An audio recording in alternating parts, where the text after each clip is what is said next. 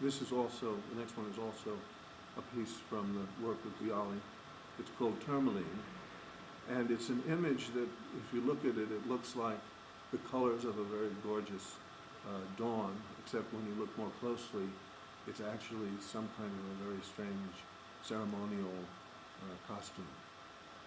So that's the premise for this text. We are here that we are here. The royal dawn trumpets over the pageantry and complexity, damned complexity, of a ceremonial so stuffed with artifice that sweet, sweet dawn is an oblivious triviality, an accident, an exceptionable contingency. Why bother with mosquitoes, gnats, and deer ticks when the parlor of the magus provides as it should, etc.? Fantastic ceremonial rides its loud and triumphant finality. An imposition of red robes upon the transitory rouges, russets, and vermilions of. An epiphany offered with such verbosity and yet languor, such insistent presence, that the mind work once adjutant to ward off all sensual thraldom falls thrall to sensual thraldom. The mind very bloody damned red, and did I say loud? And green too, with an altar set up above the prairies, the steppes, the taiga, the tundra, the savannah, no matter, set up and above and forever, with monstrous birds face off. Who set on this agony, the temple night games in celebration of the victory of temple night games? On a mountain slope so organized by a jar in Tennessee that the god was seen to inhabit the roost thereof, to rule the rooster god cadoodles the dawn. But the dawn was first impulse from night, first inkling that all that blackness was pregnant with the articles of day. It was she that came out of the bedroom, and with a towel around her stretched and yawned, and oh, so subtle were the colors that wafted on her scent across the first gestures of worldhood. To hell with that.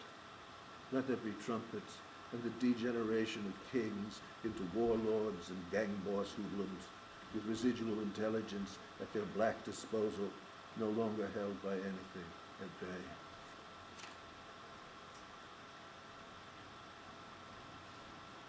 Canto.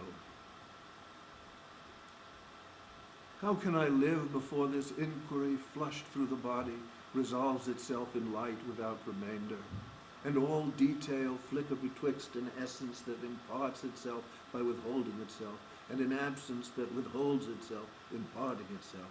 And all is known, and what is known loses itself in what there is to be known, and what there is to be known cannot be known unless it loses itself in the body's luminous web nets, the golden edges of the water planes in sunlight above the brown bottom. The roundness of the poem's shape, cutting off all incredulity, driving the argument, forcing the interminable toiling of cerebral energetics through the coils of a syllogistic yet to be described. The evasiveness of formal decision on either term, the poem's finality, and the mind's tragicomedic earnestness to cohere.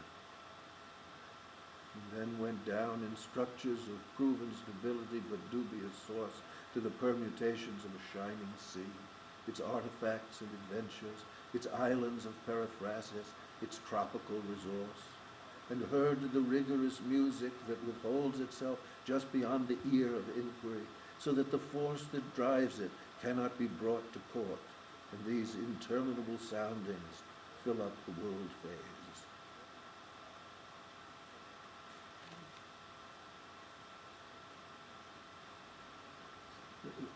When the millennium turned 9 years ago, or however many years that was, I kind of boycotted the enthusiasm. And then about 2 months later, these three utterly apocalyptic poems arrived.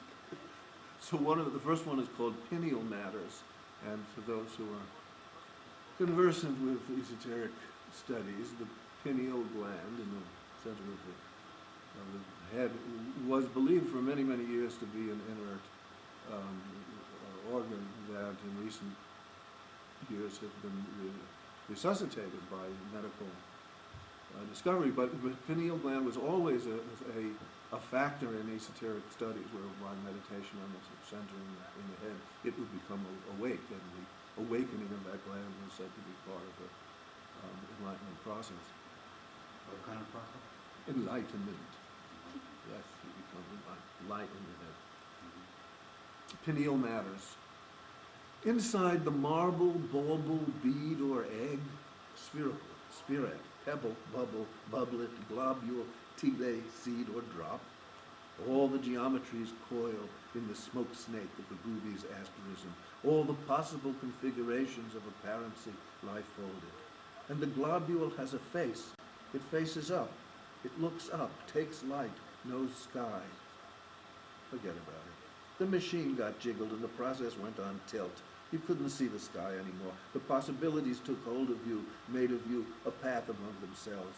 Very tiny, very stupid, very self-concerned.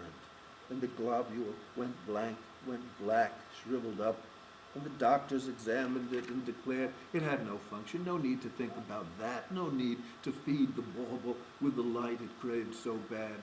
Forget about it, they told everybody, and they did, we did, forget about it. Until now, the whirling of the light about the meditating corpus, simultaneously both ways at once, the counter-rotation of the rings and cylinders resonating with geometries forgotten until now.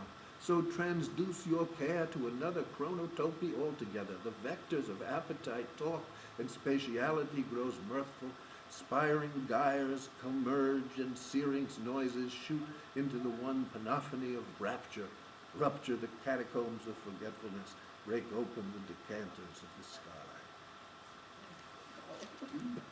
Whoa. Yeah. Oh, okay.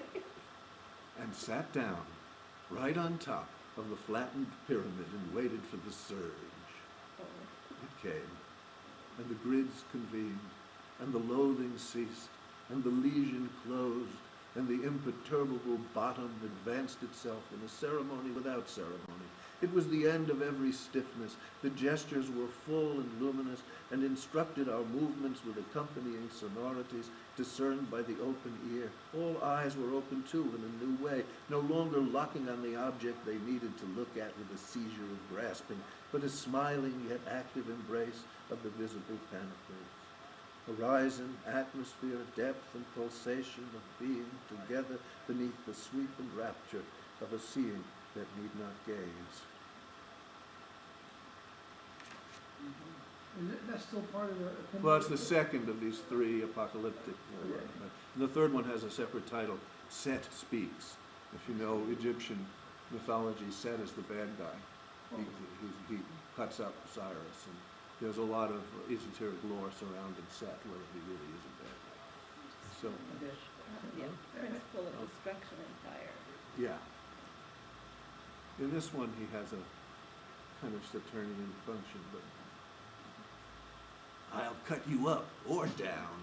You will lie down in a puddle of your own pieces, waiting for the horses to make a magical pass above the fragments of your nature.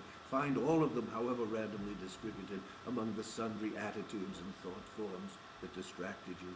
These horses fly out from the fingers of the magus as he adapts himself to his post as director of operations in your mind. Did you think it was your own intelligence that organized this universe?